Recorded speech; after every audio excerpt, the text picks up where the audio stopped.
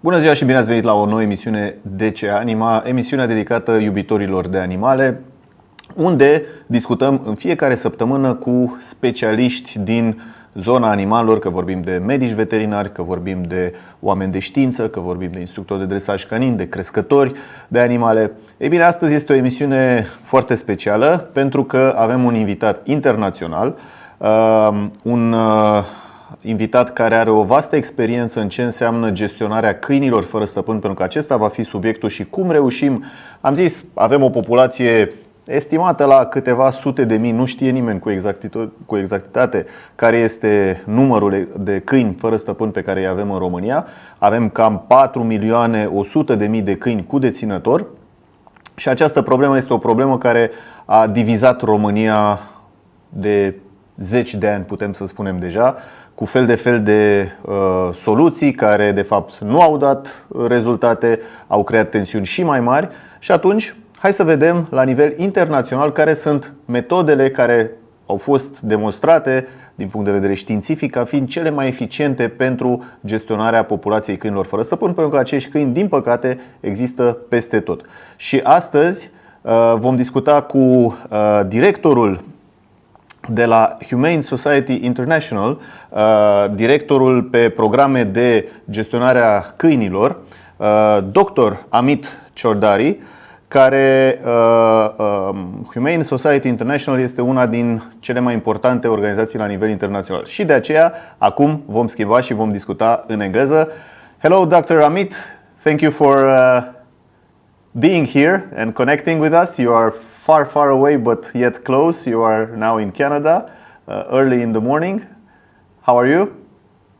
Thank you, Tim, and thank you for the invitation. I'm doing great. Thank you so much. And well, it is far away, but I recently been to Romania, so it's great to speaking with you now. Yes, we met a couple of weeks ago when you were here at a very important conference that we had with you as co-organizers, with your branch from Romania, with the Ilfov County Direction for Animal Protection, and lots of mayors, of county presidents, NGOs. So we were a bunch of people in the Palace of Parliament talking in a very special room called the Room for Human Rights, at a round table, a lot bigger than this one here. And for one day, I had the pleasure to listen to you and your colleagues and other interventions.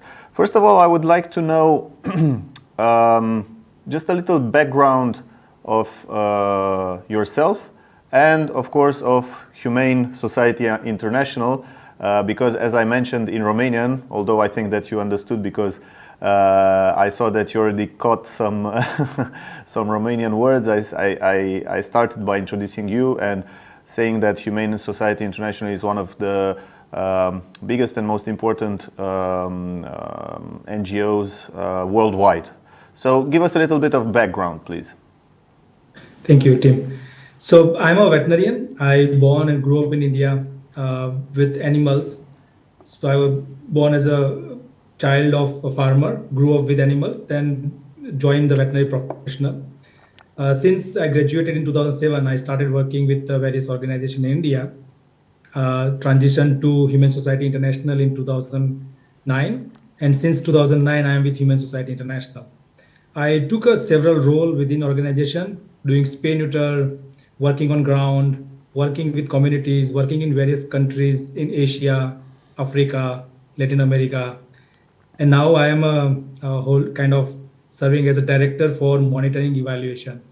That means that my role is to also see that the program we are building are actually beneficial to community and people and animal, all of them. So it's not just mere a program to start a program, but it has to have an actual benefit and impact, which actually serves the people and community. So that's where monitoring evaluation play a role, conducting baseline studies, understanding how it is progressing, and then doing the evaluation and impact assessment of the program. So Humane Society International is a global organization, as you mentioned, and is one of the largest in world. Have programs in more than 35 countries in Asia, Europe, Africa, Latin America, in US, in Canada. So all across the world, we have programs depending upon what the needs are, and we have various departments: wildlife, farm animal, disaster response, companion animal, which is where I belong to, dogs and cat and other companion animals. So it's a global organization, and we are very grateful that in Romania we got a partner like Ilfov County, who is super dedicated to make a real change for their people and for animal. And I'll kind of get back to you, and we can go to next question or discussion. Yes, I wanted to ask before going into let's say the Romanian case and Ilfov County, because you did study case there and you actually did the work, and I think that the conclusions that you reached on that study are very interesting, and we will see the results in just a couple of minutes in your presentation that you shared with us also in the Palace of Parliament, but now we will go more into depth. I would like to ask you, first of all, given your experience with India, which has a very big, I don't know if maybe we can speak about the biggest stray dog population in the world, a little bit about that context and how you see that situation, because especially thanks to social media, I see lots of cases. I follow some people that are doing really great things there. There are also very big challenges. So just to know a little bit about this context in India. Yeah, so India, I mean, as you know, it's a vast, big geographical country. So it's huge. And that makes it a larger portion in the Southeast Asia. 5 million dogs on the street in India. So dog population on street is a huge, as you could imagine, 65 million. Now there are challenges around it.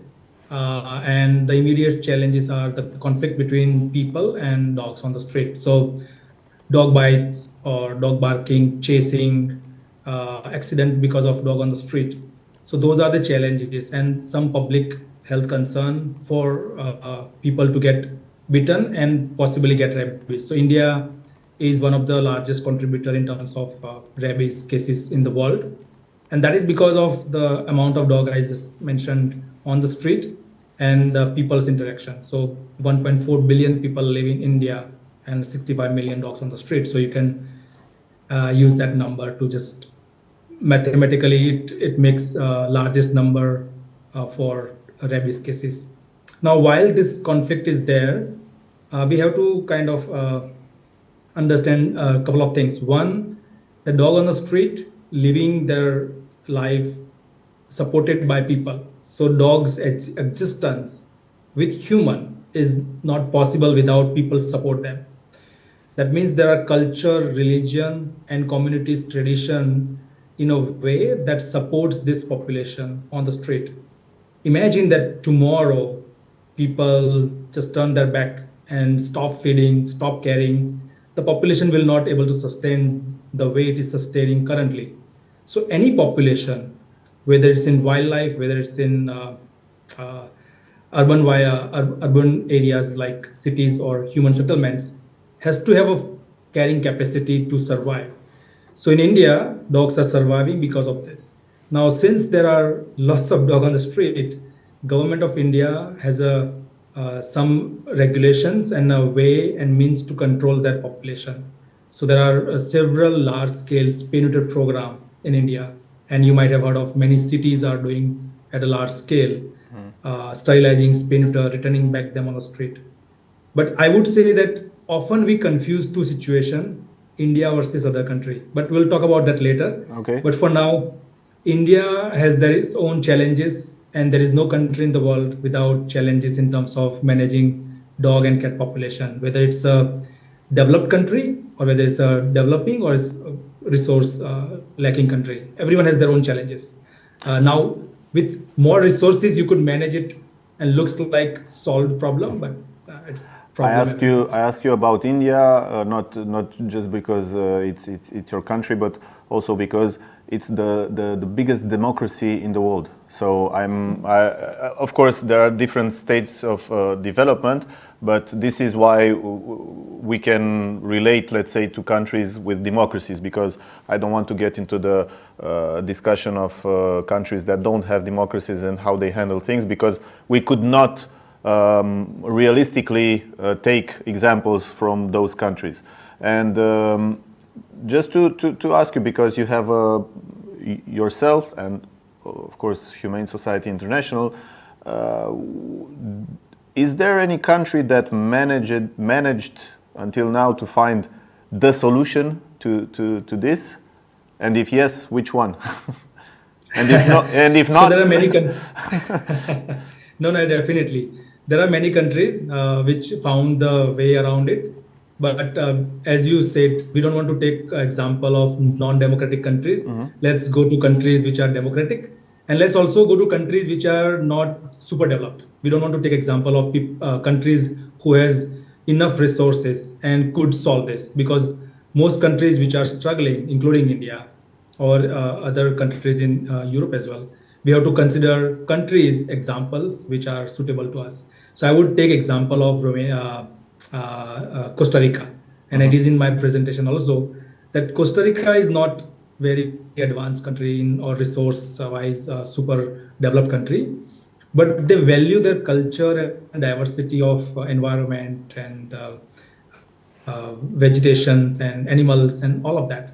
While they're valuing all this diversity and biodiversity, what they were able to do, if I go as an example of how it developed within Costa Rica, around 1994 or 6, someone from HSI visited Costa Rica, and there were several dogs on the street.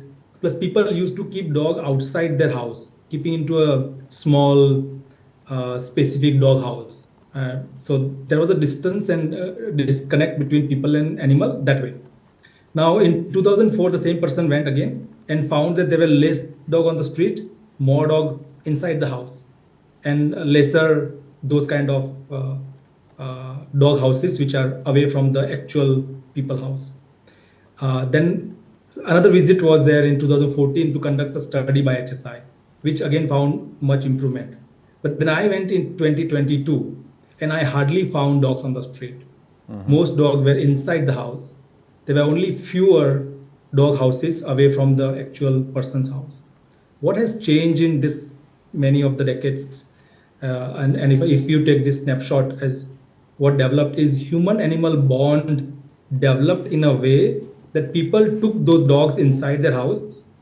Now they are part of the family, and the bond is strong enough that people are not going to abandon them no matter what. Now, of course, there are situations and individual who going to do it.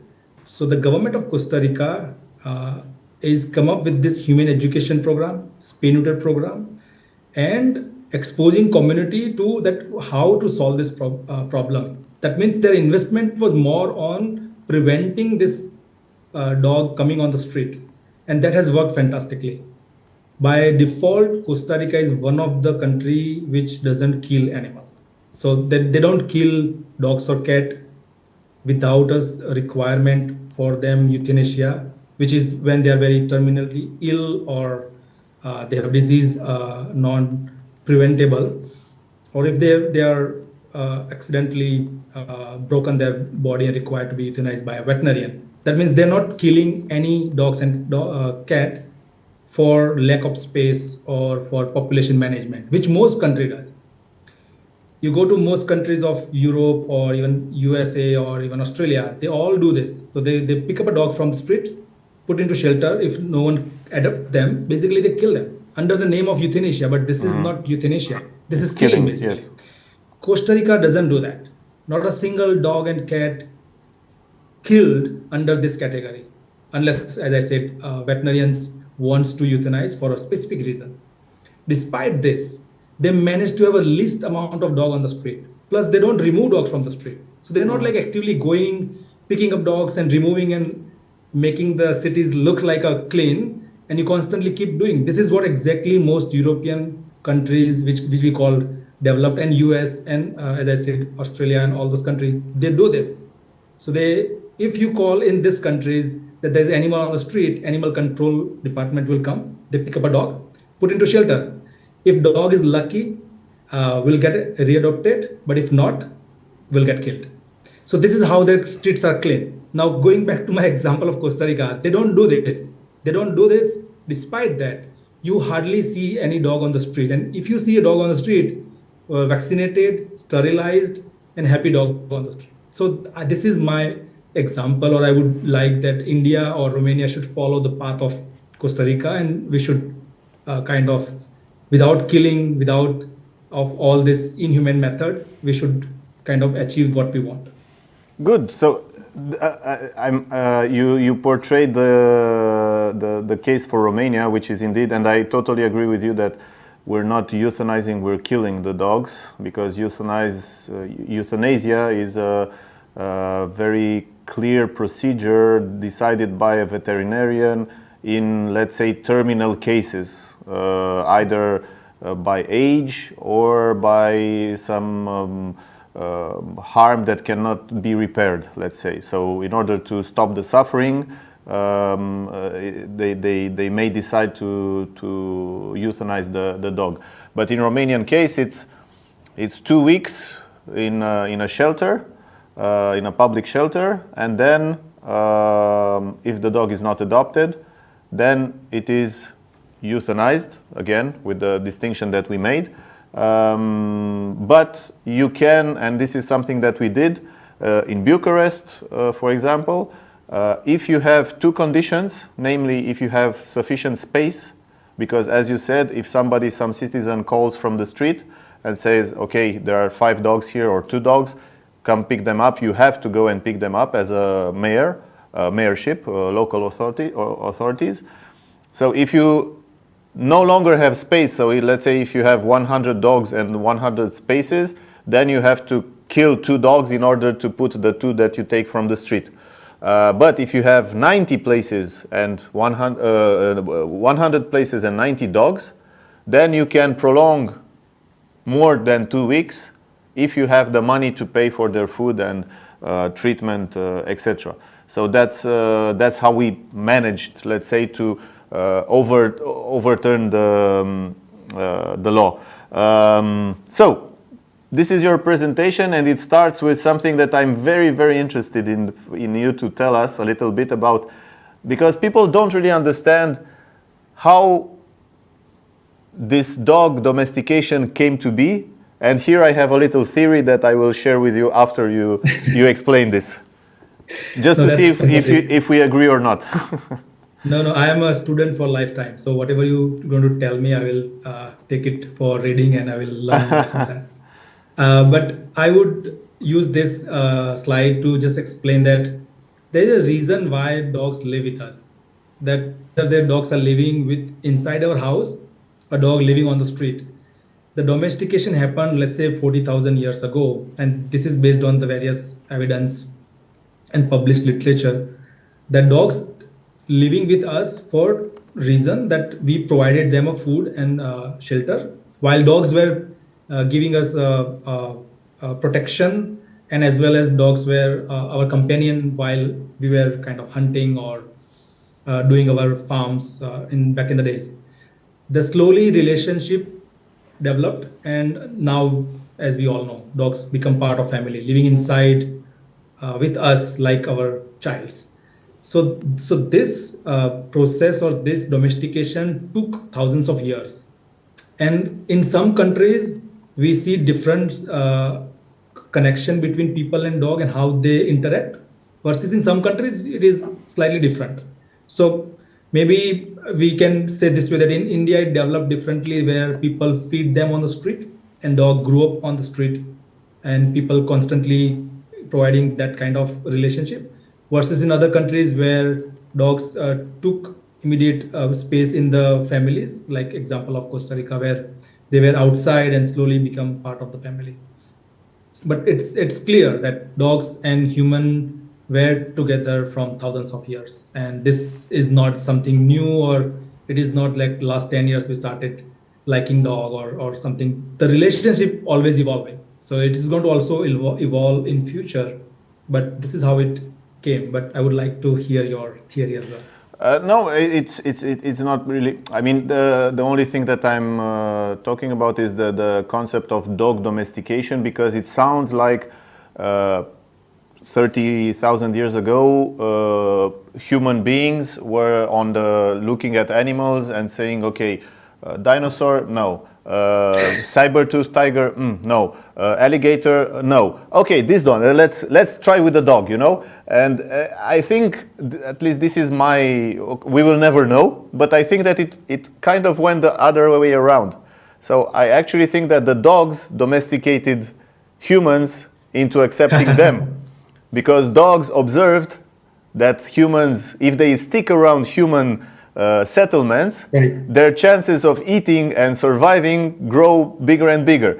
And how do we stay next to human beings? Well, wagging our tail, being nice. Okay, I'm oversimplifying things, but I think that more or less this is why actually, and this is interesting to for any pet owner and dog owner to understand. This is why dogs can read us so good. You know, they can sense our facial expressions, body language, if we are sad, if we are not sad, because they have thousands of years of analyzing us and reading us, our gestures. So this is why I think that it was a little bit the other way around. It was rather the dogs that chose us rather than us choosing the dogs. Yeah, but within that team, what happened was that from wolf, how the domestication started, humans were also smart enough to choose which animal, or which, let's say, a wolf to dog, to keep with them, and what to chase away. So there was a bias in terms of keeping. Obviously, let's say you and me, if we have a dog, we're going to have a dog which help us hunting and not attacking us. But we want a dog which is help us hunting, and plus, as you said, wagging tail. So there was a selection into what to rebreed and what to allow to be with us constantly as a human.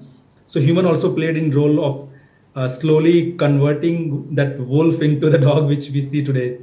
Yeah. Okay, so now let's go into the real subject at hand. Let's say, how is the situation that you saw in Ilfov County, which surrounds Bucharest? So it's very, very important. Of dogs and cats also. What's your take on that? I think what I saw was that people passionately love dogs. People has so much connection and bond with dogs. So I did not see any dog which is suffering or having a cruelty constantly going. But of course, my visit was very short, and I was in the field for a couple of days. So probably your audience and you know much better about Ilfo and Romania.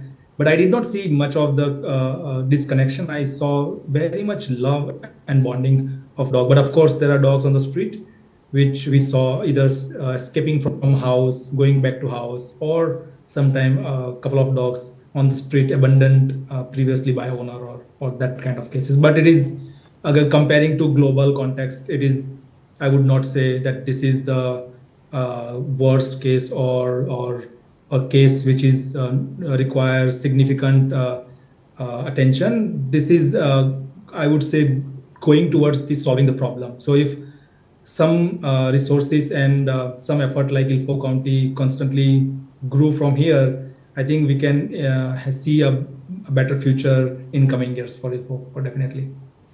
So I know I saw in your presentation that you did a little a couple of slides, and I would like you to give your explanation of why we have so many dogs, because you said that, okay, maybe just because we are Romanians, maybe we know the situation. Not everybody knows the situation, and it helps to have a, let's say, a more distant eye, not so inside, not so passionate as we are, to explain to us from a more rational point of view? Before coming to Romania, I was also reading a lot of literature, and I was reading like why there are so many stray dogs in Romania. So this is what I found, that there is a history about there was a ruler who forced people to leave their houses in villages. So that could be one reason that people have to kind of abandon their pets behind. There are also communities and culture around it. So it's not just one reason always. As I said, it could be several things together. And if we click to next slide, we'll see that there are more of the same connection growing in Romania. That historically in Romania, I think what happened was that there were some dog on the street, and obviously we'll go through our results of Ilfov County about pet population, where you will see how many dogs are there. There's always abandonment or people giving up on pets. So these all three combination, the recent history, the culture, and how the abandonment constantly went resulted into so many dogs on the street. So that's my very simple explanation. I'm sure it's more deeper than that, but there are some laws which also came in force in recent year, which I think you already made a point that capturing dogs and killing after 2 weeks if there's a space of lack of space. But I would just give a short explanation here that this process is never ending. So if any government in county level or country level in Europe or in Asia or Africa choose that they're going to solve the problem by killing dog, then they are mistaken that in the long shot they will invest more amount of money and resources. Rather, the example we discussed about Costa Rica, that is a harder way. You might need to spend more in few years, but then you're solving the problem for the long shot. So yeah, well, history, culture, and those things kind of define why there are dogs in Romania. Okay. And I was then kind of interested, sorry, Tim, that how many dogs are there? There are various numbers floating around. So this was like a number floating like 600,000, this number. So that's why I kept this slide. There is a estimation, let's say that approximation that in 20 years, because actually you put the law from 2013, which is very important. The first one was 2001, and there was an approximation that in 20 years, so 2001, 2021, more or less, around 1 million stray dogs were killed in public shelters with the law that I talked to you about, and that roughly around $870 million were spent on so-called management of stray dog population. And well, you saw in Ilfov are doing a great job, and I think that they're on the good path, and they should keep up the work, and they will become a very good example. But you can still see in many places in Romania stray dogs.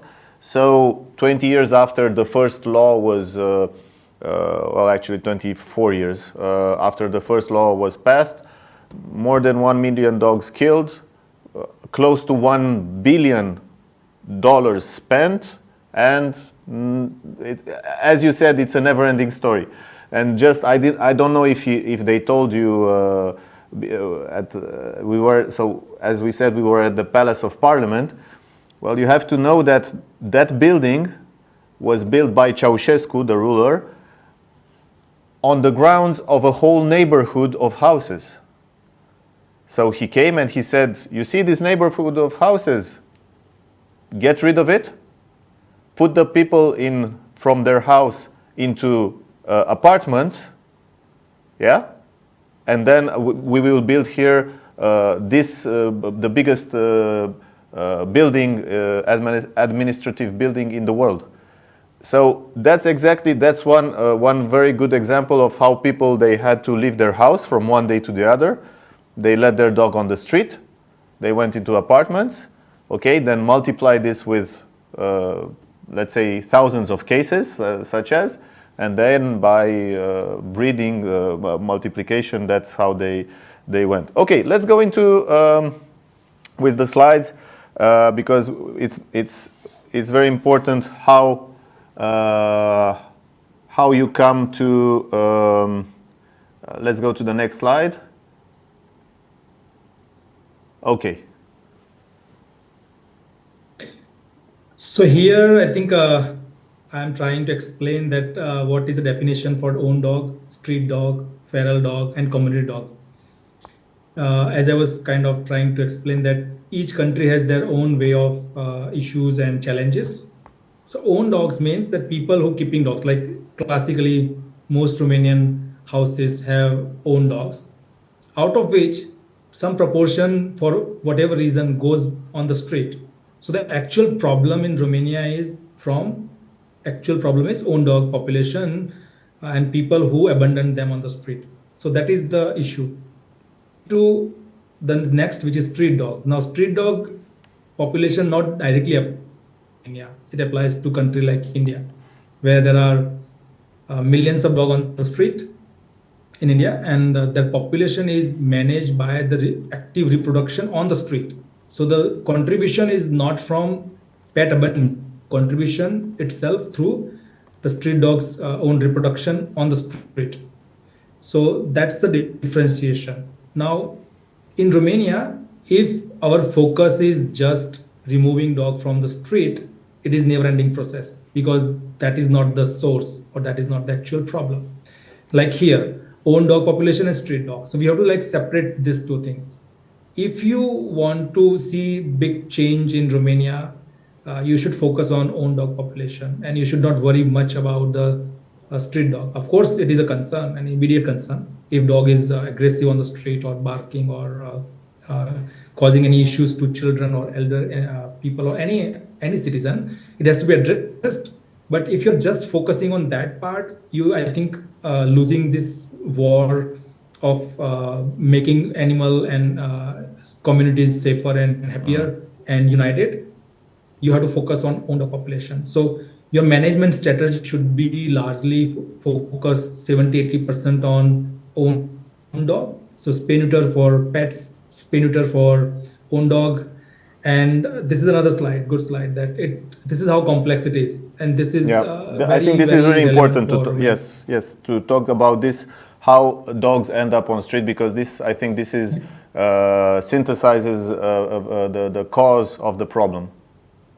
Yeah. So classically, like you see dog on a street and immediately you think this is a street dog and we have to just pick up this dog, sterilize this dogs, and it's a story over. No.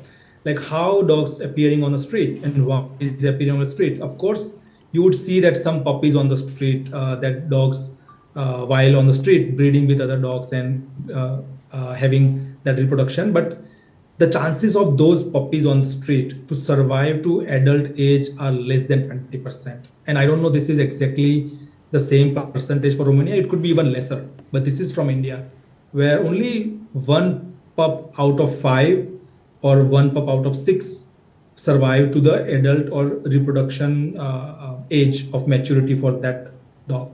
Now, if this is the thing that in Romania also, if you see 4 or 5 puppies and only one survive, or maybe none survive, your focus should be again back to the homes. The home icon here is where you should focus, so that you're preventing any dog coming on the street. I think that is the strategy. And that's why this slide is important. We see a dog on the street and we all think how to remove this dog or how to sterilize this dog. But that is one part of the whole management program you could implement. And as I said, 80% focus on houses and 20% on the street will be the kind of winning strategy for Romania. So now the next, I think we can skip a little bit for the next, because there are just go through them. I mean, these are, maybe you can briefly touch upon. We will not read, but these are all.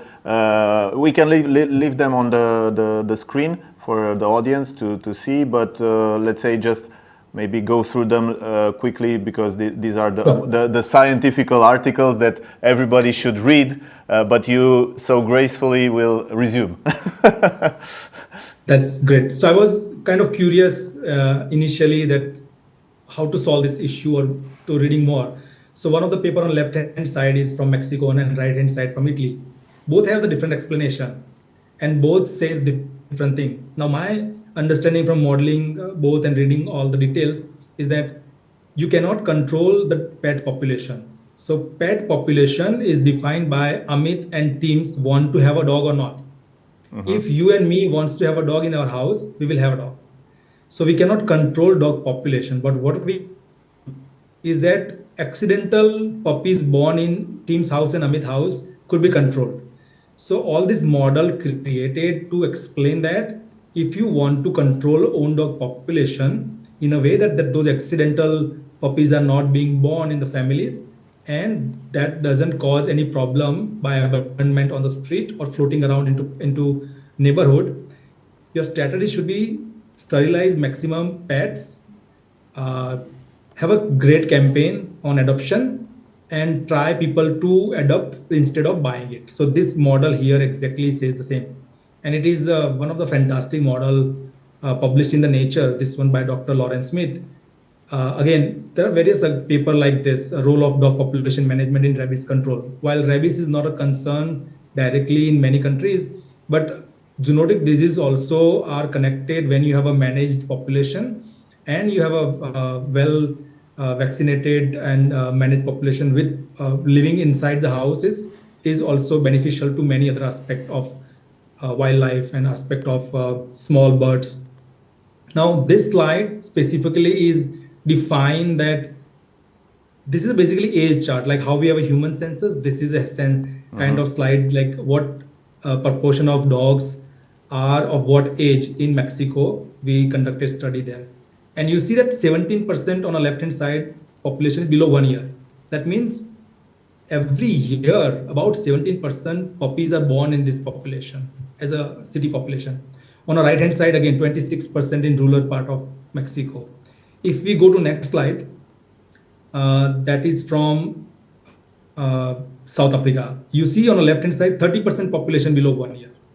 So why I'm stressing on this is that if your turnover is 20%, 25% or 30%, this is too much turnover within the city or county or nation to manage. That means you have actively population growing. And on this slide also I'm explaining, like imagine this circle is your city and now you want to manage population. You sterilize few dogs which are blue, and if you think that once you sterilize all the existing population you'll be done, the population keep growing and changing over the period of time. Again, same here, like 80,000 dogs in your city doesn't mean that 80,000 will remain stable. Some dog will die, some will born new, and you have to have a constant effort of spay neuter. Now, how to have a base strategy to reduce this? You could do aggressive spay neuter program and avoid to have a repeatedly like this example of leaking boat. I think this is we didn't meet until at the Palace of Parliament, but this is exactly what I was referring in all my presentations about managing in one city, Bucharest, for example, the stray dog population. And I said we are like a boat in a lake with more. I said always we have more holes, and we keep putting the water out. But if we don't stop the water from coming in from different holes, which come from abandonment of dogs and their own multiplication in the street. Okay, so I really like this slide. So let's go into Ilfov now, because this is very interesting what you managed to do here. Of course, there are some slides of the maybe you can walk us through. I think it's the next slide, because we know Ilfov County how it is. Okay, maybe your methodology for approaching this. So there are multiple slides within this, which I was kind of considering before designing that what distribution of density, economics, and all of that part. So that the kind of more technical part to design a dog population study. and that is what I use, ArcGIS, different layers of things, and this is the kind of simple version. And you see dog icons around Ilford County.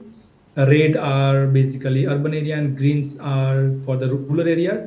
So we have like equal amount of sampling from rural and urban areas. And around each dog icon, we took 25 household survey following a very strict protocol of every third house to count and skip 2 houses. So skip 2, count 2. And this was the team from Ilford County. Thank you to Ilford And yourself, County that they have dedicated team. We went out and conducted studies, and basically we interacted with people and asked them various questions using a mobile phone app, and all the data we recorded have a digital safe data set we have. And with this data, what we learn is that people love animals. And again, this is how we did it, using Epicollect 5 mobile app and Google Map, making sure that our sample is representative of Ilford County. Also, the sample is statistically significant, that we took 423, which is give us the right confidence interval and margin of error. Now, these are the results.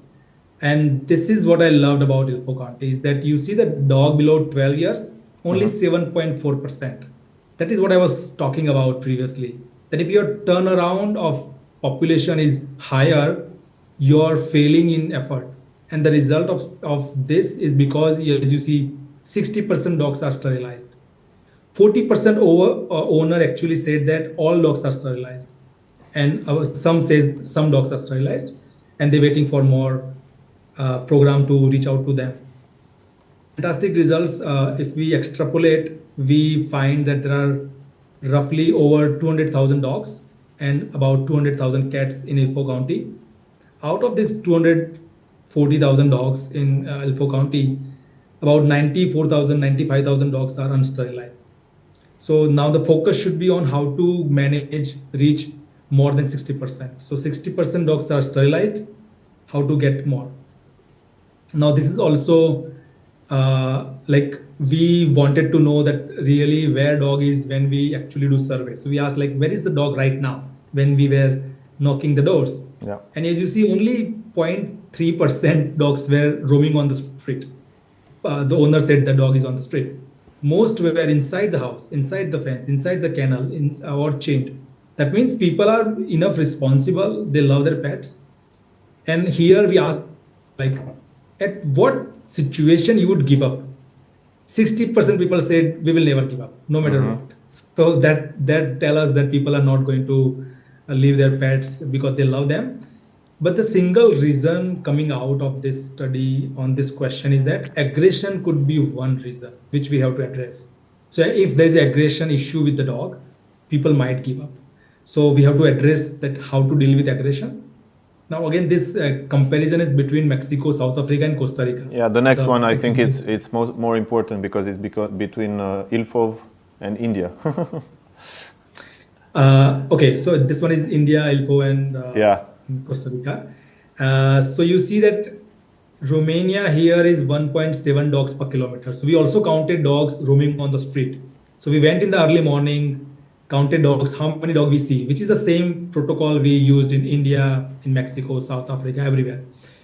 Now, if you click back quickly. Let's stay just one more moment on that one. The previous, yes, this one. Yeah, thank you. So here you see that Ilfov is very close to Costa Rica, my favorite example, which is 1.3 dogs per kilometer. Ilfov is not very far from it. While India, you see 8 to 12 dogs per kilometer. So if you walk a kilometer, you will encounter 8 to 12 dogs in India. While in Romania, Ilfov County, you would see roughly 2 dogs, let's say. The thing is that the sterilization is 60% in Romania.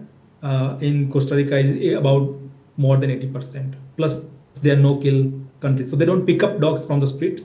They don't kill. Despite that, they have the least dogs on the street. So we have to use this example and use their strategy, that how Ilfov or even in fact Romania reach the Costa Rica's level where without killing, without removing, we have the least amount of dogs. Now some global example and solutions so that we can learn from others. We don't have to invent new wheels. Like this is from the organization Better See, and they're working in the Greece for zero stray program, very similar to what you want to achieve in Romania. If you see the green part, which is prevention, their focus is mainly on prevention. They want to prevent dog coming on the street. So sensors upon dog, like how we did for Ilfo County, the survey, microchipping, registering, neutering, policing, whatever require, education, administration, analysis the data, and making sure that people don't have to abandon their pets in any situation, so that dogs live with their owner and they have a better life. But as I was saying, like 20% focus is also on treatment. That means if, let's say, there are dogs on the street, we have to deal with that situation as well. So if we give 80% on prevention and 20% on treatment, which is putting them into shelter, adoption strategy, making sure that dogs are not killed for reason of space. So that strategy with prevention would take a long shot. Like here again, this is also one of the PhD thesis published for Norway, Germany, Italy, and US. So there's a comparison between strategy of Italy and US, where you still see some dogs in their part of the country, where in Norway and Germany you hardly see. So it reported there are no dog on the street in those countries. And why? Because the focus in Norway and Germany is on mainly don't shop, adopt. Puppy trade is basically very hard or regulated in these countries. They also focus on some level of spay neuter, but the main focus is on how to prevent. So prevention is main strategy. Versus in Italy and US, of course, you see results, but there's sheltering and spay neuter strategy. So again, I would say that if you want to manage your dog population, I mean, this is example for countries in Asia, but also applies for Romania, that have an aggressive spay neuter campaign, remove the barrier pet owner have for spay neuter and vaccination, and try to achieve more than 80% dogs sterilized within 3 to 4 years. I would say if you can do it in 1 year or 2 years, but I'm also realistic and I'm also veterinarian. I know how hard it is. So I'm saying 3 to 4 years. You should not aim to sterilize this population in 10 or 20 years. You want to do it more aggressively. And once you reach that kind of level where 85%, 90% dogs are sterilized, let's say Ilfo County, then you only need to have some sort of maintenance level, because your turnover would be even less than 7%, which is the current turnover rate annually. So it would go down to 3 or 2%. That means your new sterilization scale will go drastically down. Geographical approach. Now, let's say one county is doing great, but the neighboring is not. Then it's not possible that dog is roaming dog doesn't see that, oh, this is the boundary. I should not cross it. They will cross it. Female-centric approach. Now, female-centric means, of course, we want to sterilize both male and female, but if your resources are not enough, we want to be strategic. We want to focus on female dog first. Where if I'm sterilizing 1,000 dog, I would sterilize 800, 900 female, so that my results are more immediate and more aggressive to have the impact. So you could choose the science and you could choose the strategy, build local capacity. So having local veterinarians, local groups involved, and working with them is a shot to have a sustained resources, rather than you build a outsider team who comes and spay neuter and then leave. I think rather than working with the local veterinarians, local animal hospitals, local NGOs, local shelter, and kind of building their capacity so that they will be with those communities for their whole life, and the outsider might come and go, but the community will have access to local clinics, local shelter, and local veterinarians, so that it is long-term investment and long-term solution for the program. I think this is the most important. This was the most important. One of the most important presentations, and one of the most important slides. Actually, the most important, because what I understood from, just to resume it, is that if you just, first of all, you have to have the let's say the X-ray of the moment. Yes, the photo of the moment. So just as you said. extrapolating, but to have a figure of what's the population. Because if you go blind, you will never solve the problem. And then I think one of the most important things that anyone watching us, and there are also local councillors, people from parliament, etc., mayors, is that you have to neuter and spray, so sterilize 80 to 85% of the population of stray dogs. Okay, maybe concentrating on females first, because if not, it's just a couple of years until you will be back to square one. Did I understand right? Yeah, so 85% or more than that. I mean, Yeah. Whether it's a street dog or own dog population. So for Romania, because dogs coming on the street from houses, Yeah. I would say like 80%, 85% own dogs should be sterilized, and that should happen in 2, 3, 4 years. It should not be 20 years. Yeah. If you do very slowly, as you said, we will be back to square one. Dr. Amit, thank you very much for your presentation, for your involvement, coming here, going in the streets, talking to people. I would just have one last question. Actually, it would be rather a request, because there are people watching us, mainly pet owners, but let's say that the audience it's 100% animal lovers. Some have pets, some have dogs, cats, other pets, or are thinking about getting one. What would be your advice to the people watching us? I would say I'm a vet myself, and I have seen several communities. As a pet owner is a responsibility, and I encourage that as a responsible pet owner, you should consider your pet is vaccinated, spay neutered, and there should be no reason for you to abandon on the street. So if you considering to have a pet now, make sure it's treated like your family member, and you have a space, you have a mindset to keep a pet. Most people often start a pet ownership out of curiosity or excitement, or as a comparison to neighbor, and then they might not be successful pet owner. So be responsibly choosing that path. If you choose it, then it comes with some responsibility. They said that a dog also require health care like how human require. So consider, explore those options, and try your best not to buy it or shop it. Always go visit shelters. There are plenty of dogs which are waiting for lovely family. Visit those shelter, see what fits to you, what's suitable to your family, and don't shop. Please adopt. Dr. Amit, thank you very much for sharing your presentation and your knowledge and the solutions, because this was the topic of our show. Thank you very much for your time and your work. Thank you so much for inviting, and thank you so much for hosting this. Thank you so much. It was my pleasure. Thank you. Thank you. Thank you.